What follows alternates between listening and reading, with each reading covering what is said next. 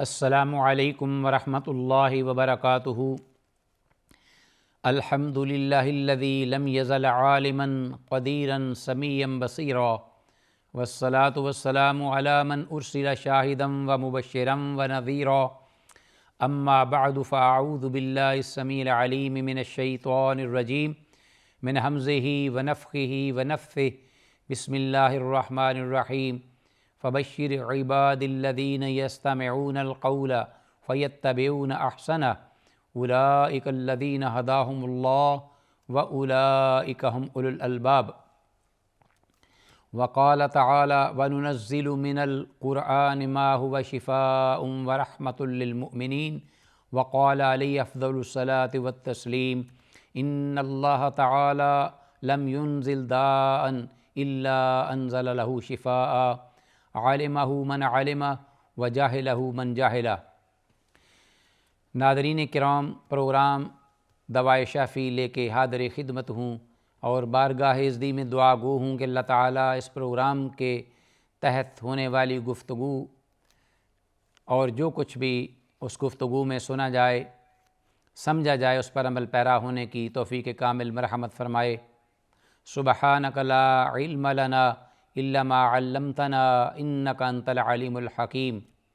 ناظرین، آج کی اس گفتگو میں ہونے والی آج کی اس نشست میں ہونے والی گفتگو کا موضوع معروف امام ابن القیم رحمہ اللہ کی کتاب الجواب الکافی لمن سأل عن الدواء الشافی میں ان کے ذکر کردہ وہ عنوان ہے جس کے تحت انہوں نے گفتگو کی ہے۔ میں چاہوں گا کہ اصل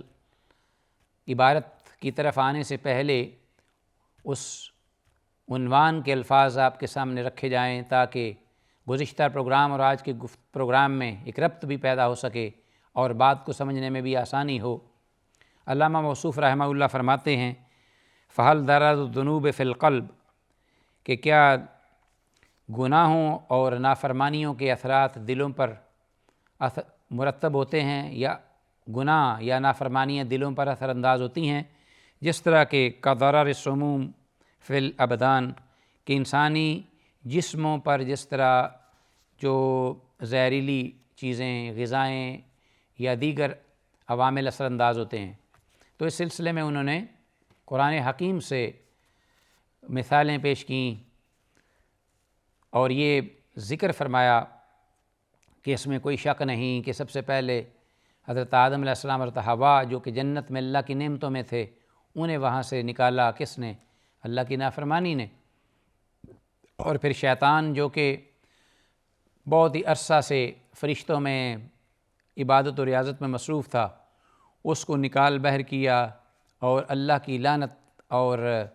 اللہ کے غصے کا، غضب کا وہ مستحق ٹھہرا۔ کس بنا پر؟ جو اس نے نافرمانی کی اور اللہ کے حکم سے سرتابی کی اور تکبر کیا۔ اس کے بعد پھر انہوں نے آیات بینات کا حوالہ دیتے ہوئے ان قوموں کا ذکر کیا جو کہ ہمارے لیے باعث عبرت ہیں، قصہ پارینہ بن گئی ہیں۔ قوم نوح ہے علیہ السلام، اور اس طرح عاد و سمود، حضرت ہود اور حضرت صالح علیہم السلام کی قومیں، ان کا قرآن مجید میں ذکر ہوا ہے۔ اور پھر فرمایا کہ یہ اس لیے کہ ما کان فی قصصہم عبرۃ، یہ جو قصص ہیں، یہ جو واقعات ہیں انبیاء کے، یہ ان میں صرف اور صرف عبرت ہے ان لوگوں کے لیے جو عقل والے ہیں۔ فاعتبروا یا اولی الابصار، تو ہمیں اس سے عبرت پکڑتے ہوئے اپنی جو دنیا میں زندگی ہے اس کو صحیح رستے پہ لانا ہے، اللہ کی نافرمانیوں سے اپنے آپ کو بچانا ہے۔ اور فرماتے ہیں کہ وَمَا الَّذِي أَرْسَلَ عَلَىٰ قَوْمِ ثَمُودَ الصَّيْحَةَ، قوم عاد کو تباہ کیا۔ وَأَمَّا عَادٌ فَأُهْلِكُوا بِرِيحٍ صَرْصَرٍ عَاتِيَةٍ سَخَّرَ عَلَيْهِمْ سَبْعَ لَيَالٍ، جو کہ 7 راتیں اور 8 دن، وَثَمَانِيَةَ أَيَّامٍ، ان پر اللہ کا عذاب جو ہے وہ ٹوٹا اور انہیں زیر و زبر کر دیا اس عذاب نے قوم عاد کو۔ اور اسی طرح سمود جو ہے انہوں نے بھی اللہ کی نافرمانی کی۔ قرآن مجید میں جا بجا ان کی تباہی کا، ہولناکی کا ذکر ہے۔ اور فَأَمَّا ثَمُودُ فَأُهْلِكُوا بِالطَّاغِيَةِ، ایک بڑی پکڑ اور جیسا کہ ایک بڑی اللہ کی طرف سے آنے والی چیخ جس سے وہ تباہ و برباد ہوئے کہ انہوں نے اللہ کی نافرمانی کی، اللہ کے پیغمبر کو جھٹلایا، اور پھر اللہ کے نبی سے معجزہ مانگنے کے باوجود جب وہ اللہ کے پیغمبر کی دعا کے نتیجے میں اونٹنی ظاہر ہوئی ناقۃ اللہ، تو پھر انہوں نے اس اونٹنی کو روکنے کے باوجود قتل کر دیا، مار دیا، اور اللہ کے غصے کے وہ مستحق ہوئے۔ اللہ اکبر۔ فعقروا الناقۃ وعتوا عن امر ربہم، انہوں نے اونٹنی کو کاٹ دیا، اس کے حصے بکھرے کر دیے، اور اپنے پروردگار کی نافرمانی کا ارتکاب کیا، پہلے پیغمبر کی اور پھر اللہ کے حکم کی نافرمانی کی۔ وقالوا، اور اس کے بعد جب یہ انہوں نے گھناؤنا کام سر انجام دے دیا تو اس پر اس قدر وہ نڈر اور بے خوف ہو گئے کہ وہ کہنے لگے کہ یا صالح ائتنا بما تعدنا ان کنت من المرسلین، کہ اے صالح، جس بات کا تو ہمیں خوف دلاتا ہے اور ڈراتا دھمکاتا ہے وہ ہمیں لے آ، ہم نے تو تیری نافرمانی کر کے سونٹنی کو بھی مار دیا ہے، قتل کر دیا ہے، تو اب دیکھتے ہیں کہ تیری دعا کے بدلے میں وہ آفت یا عذاب ہم پہ آتا ہے کہ نہیں۔ اگر تو سچا ہے، مرسلین میں سے ہے، رسولوں میں سے، تو پھر اس عذاب کو ہم پہ لے آ۔ اس حد تک سرکشی اور بغاوت اور بے خوفی اللہ کی بارگاہ میں انہوں نے کی، تو پھر اللہ کی پکڑ آئی۔ فاخذہم الرجفہ، پھر رجفہ آیا جس نے ان کو پکڑ لیا، اللہ کے عذاب اور اللہ کی آفت نے ان کو لے لیا، اور آنچ اچانک آ دبوچا۔ پھر ایسی صورت میں جب قومیں خود ان اعمال اور سرکشی اور بغاوت میں حد سے بڑھ جاتی ہیں اور پھر اس حد تک نڈر اور بے خوف ہو جاتی ہیں، تو پھر انہیں اللہ توبہ کا بھی موقع نہیں دیتے۔ عذاب آتا ہے تو اچانک انہیں اچک کر انہیں تباہ و برباد کر کے نیست و نابود کر دیتا ہے۔ آمنتم من فی السماء ان یخسف بکم الارض فاذا ہی تمور ام امنتم من فی السماء ان یرسل علیکم حاصبا فستعلمون کیف نذیر۔ اللہ کا الحاکمین فرماتے ہیں اس حد تک تم بے ڈر اور بے خوف ہو جاتے ہو، اور پچھلی سابقہ گزرتی ہوئی قوموں اور امتوں کی تباہ کاریوں اور ہلاکتوں سے بھی تم سبق حاصل نہیں کرتے۔ تو رب العالمین فرماتے ہیں فاخذتہم الرجفۃ فاصبحوا فی دارہم جاثمین،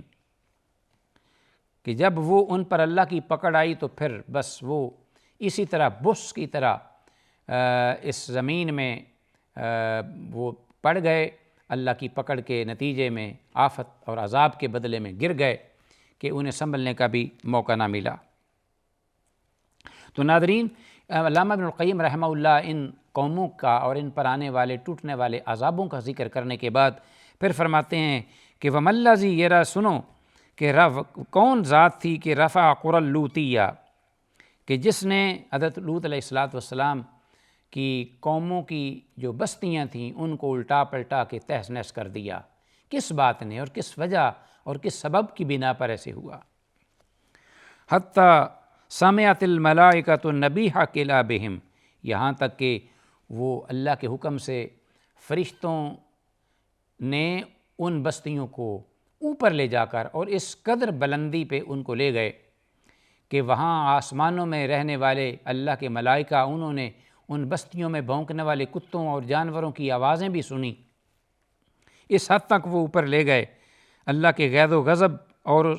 کے نتیجے میں۔ ثم قلبها علیہم، اور پھر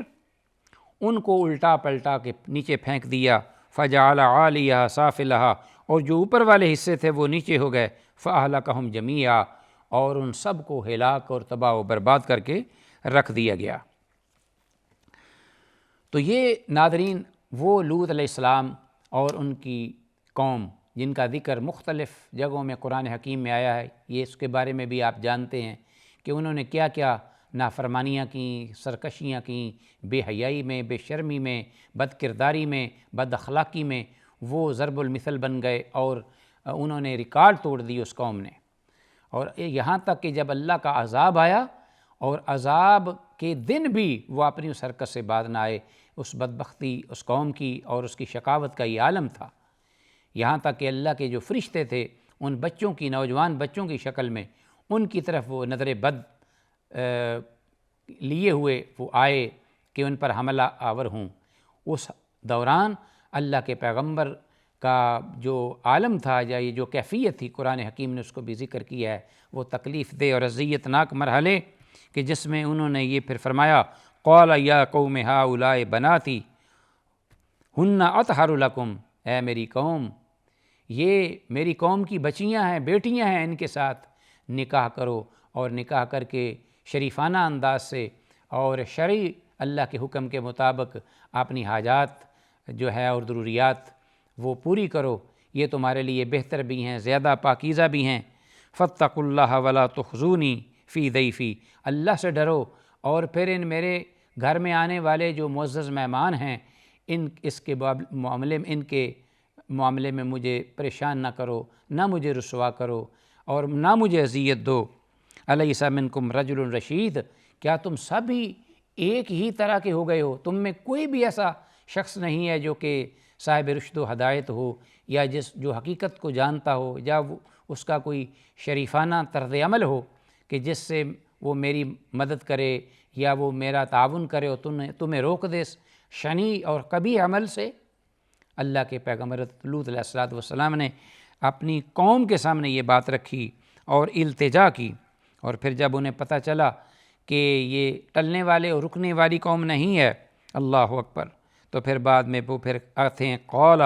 لو ان لی بکم قوۃ او آوی الی رکن شدید، کاش کہ تمہارے مقابلے میں میرے پاس قوت اور طاقت ہوتی کہ میں تم کو زور بازو سے اس بد فعل اور شنیع عمل سے روکتا، قبیح عمل سے روک سکتا، یا یہ ہے کہ میں اس لمحہ اس گھڑی یہ منظر نہ دیکھ پاتا اور میں کسی ایسی جگہ پہ چلا جاتا کہ جو مجھے پناہ دیتی اور میں اس قسم کے شنیع عمل کو دیکھنے یا مناظر کو دیکھنے سے بچ پاتا۔ تو یہ کیفیت تھی ناظرین، اور اس حد تک اللہ کی زمین پر سرکشوں نے اور بغاوت کرنے والوں نے اور نافرمانی کے کام کرنے والے لوگوں نے جرأتیں کیں اللہ کی نافرمانی میں، اللہ کے نبیوں کے خلاف۔ تو پھر اللہ احکم الحاکمین کی پکڑ بھی اسی اعتبار سے اسی حساب سے آتی ہے۔ وَأَمْطَرْنَا عَلَيْهَا حِجَارَةً، اللہ اکبر، فَلَمَّا جَاءَ أَمْرُنَا جَعَلْنَا عَالِيَهَا سَافِلَهَا، جب وہ ٹلے نہیں تو پھر ان فرشتوں نے یہ کہا کہ ہم اللہ کے بھیجے ہوئے ہیں، تو اے اللہ کے پیغمبر، اے اللہ کے نبی، آپ اپنے اہل ایمان کو لے کر رات ہی رات نکل جائیے اور پیچھے پلٹ کے نہیں دیکھنا۔ الا عجوزا فی الغابرین، ہاں تیری گھر والی جو ہے پیچھے پلٹ کے دیکھے گی اللہ کی عتاب کا شکار ہوگی۔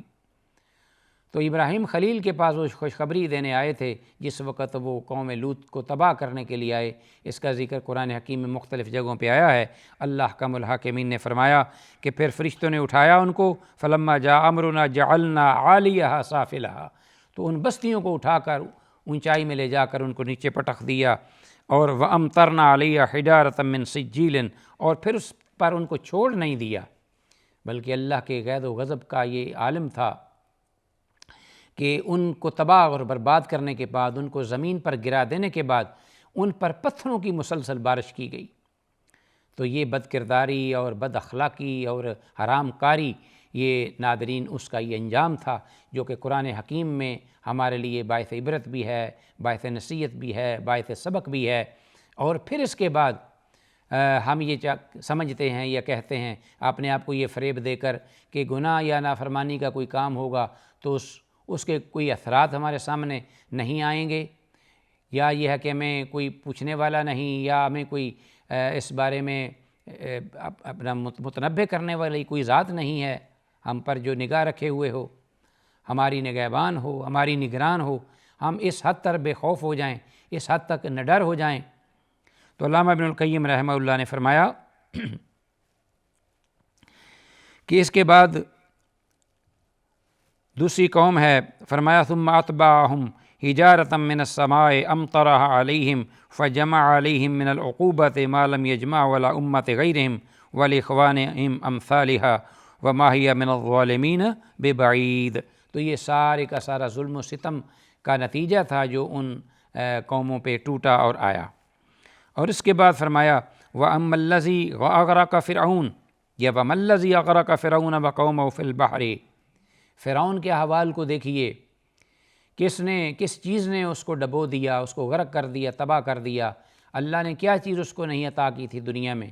عزت، اس کی بڑائی، اس کو طاقت، اس کو قوت، اس کو بادشاہی، سب کچھ، ہر نعمت عطا کی اللہ نے عطا کی، لیکن اس کے باوجود اسی نے یہ کہہ دیا انا ربکم الاعلیٰ، اللہ کا شریک بنا اس دنیا میں اور اپنے رب ہونے کا اس نے دعویٰ کر دیا۔ اور صرف معاملہ یہاں تک نہیں، بلکہ اس نے اہل ایمان پر ظلم و ستم ڈھانا شروع کر دیا۔ اللہ کے پیغمبر ان کی نافرمانی کی، ان کو ختم کرنے، تباہ و برباد کرنے کے لیے اپنے لشکر جمع کیے اس فرعون اور پھر اس کی قوم نے، کو اللہ تعالیٰ نے ان کے احوال کو بھی قرآن مجید میں ذکر فرمایا ہے، اور آنے والی امت جو قیامت تک آنے والی ہے ان کے لیے باعث عبرت بنا دیا ہے۔ تو امام موصوف رحمہ اللہ کہتے ہیں وَمَا الَّذِي أَغْرَقَ فِرْعَوْنَ وَقَوْمُهُ فِي الْبَحْرِ ثُمَّ نَقَلَتْ أَرْوَاحَهُمْ إِلَى جَهَنَّمَ، ان کو غرق کیا، ڈبو دیا دریائے نیل میں، اور اس کے بعد پھر یہاں تک معاملہ نہیں، ان کی ارواح کو واصل جہنم کیا، اور جہنم کا جو عذاب ہے وہ دن رات ان پر مسلط کیا جاتا ہے آگ کی صورت میں، النار یعرضون علیہم غدوا وعشیا۔ تو قرآن مجید میں اس بات کا ذکر ہوا کہ وہ مسلسل عذاب دیے جا رہے ہیں، اور جو دنیا میں عذاب دیکھا اس سلسلے میں بھی مختلف قرآن مجید میں ان کے بارے میں ذکر ہوا ہے۔ وَإِذْ نَجَّيْنَاكُم مِّنْ آلِ فِرْعَوْنَ يَسُومُونَكُمْ سُوءَ الْعَذَابِ يُذَبِّحُونَ أَبْنَاءَكُمْ وَيَسْتَحْيُونَ نِسَاءَكُمْ۔ تو کام کیا کرتے تھے کہ اہل ایمان کو مار دیتے، عذاب دیتے، ان کے گھر میں پیدا ہونے والی اولاد، ان کے مردوں کو، وَيَسْتَحْيُونَ نِسَاءَكُمْ، عورتوں کو چھوڑ دیتے، اور بچوں کو ذبح کر دیتے، مار دیتے۔ یہ سرکشی اور یہ بغاوت اور یہ ظلم و ستم اور یہ اندھیر نگری ایک عرصہ تک اس فرعون نے جاری رکھی اپنی سلطنت میں، اور پھر کفر اور شرک کا ارتکاب کرتے ہوئے کہا کہ میں رب ہوں، مجھے پوجو اور میری عبادت کرو۔ تو فرمایا کہ پھر علامہ ابن القیم رحمہ اللہ فرماتے ہیں کہ کس چیز نے ان کو تباہ و برباد کیا اور ہمارے لیے قصہ پاری نہ بنا دیا۔ اور ساتھ ہی کہتے ہیں کہ وَمَا الَّذِي خَسَفَ بِقَارُونَ وَدَارِهِ وَمَالِهِ وَأَهْلِهِ، اور کس چیز نے یا کس کے سبب جو قارون لعین تھا وہ اپنے مال، اپنے اہل و عیال، اپنے گھر سمیت وہ زمین میں دنسا دیا گیا، اور لوگوں کے لیے وہ عبرت بن گیا جس نے اپنے منہ سے یہ دعویٰ کیا۔ ایک تو کبر اور نخوت و تکبر، اللہ نے علم عطا کیا، اللہ نے سب کچھ دیا، اور کہتا ہے قَالَ إِنَّمَا أُوتِيتُهُ عَلَىٰ عِلْمٍ عِندِي، یہ تو میرے اپنے علم دیا گیا ہے مجھے، یہ اس کا کمال ہے، کسی اور کا کمال نہیں۔ فَخَسَفْنَا بِهِ وَبِدَارِهِ الْأَرْضَ فَمَا كَانَ لَهُ مِنْ فِئَةٍ يَنْصُرُونَهُ مِنْ دُونِ اللَّهِ، تو اللہ نے ان کو ان ساری چیزوں سمیت دنسا دیا اور اس کے لیے کوئی بھی مددگار نہیں تھا۔ تو ناظرین، یہ تھا آج کا سبق، اور اس حوالے سے علامہ ابن القیم رحمہ اللہ نے جو ذکر کیا ہے کہ گناہ اور معاصی یہ اثر انداز ہوتی ہے انسان کے دل پر بھی، اس کی ظاہری زندگی پر بھی، اس کے احوال پر بھی، اور اس کی دنیا پر بھی۔ اللہ تعالیٰ ہم سب کو محفوظ و معمور رکھے۔ وآخر دعوانا الحمد للہ رب العالمین۔ السلام علیکم ورحمۃ اللہ وبرکاتہ۔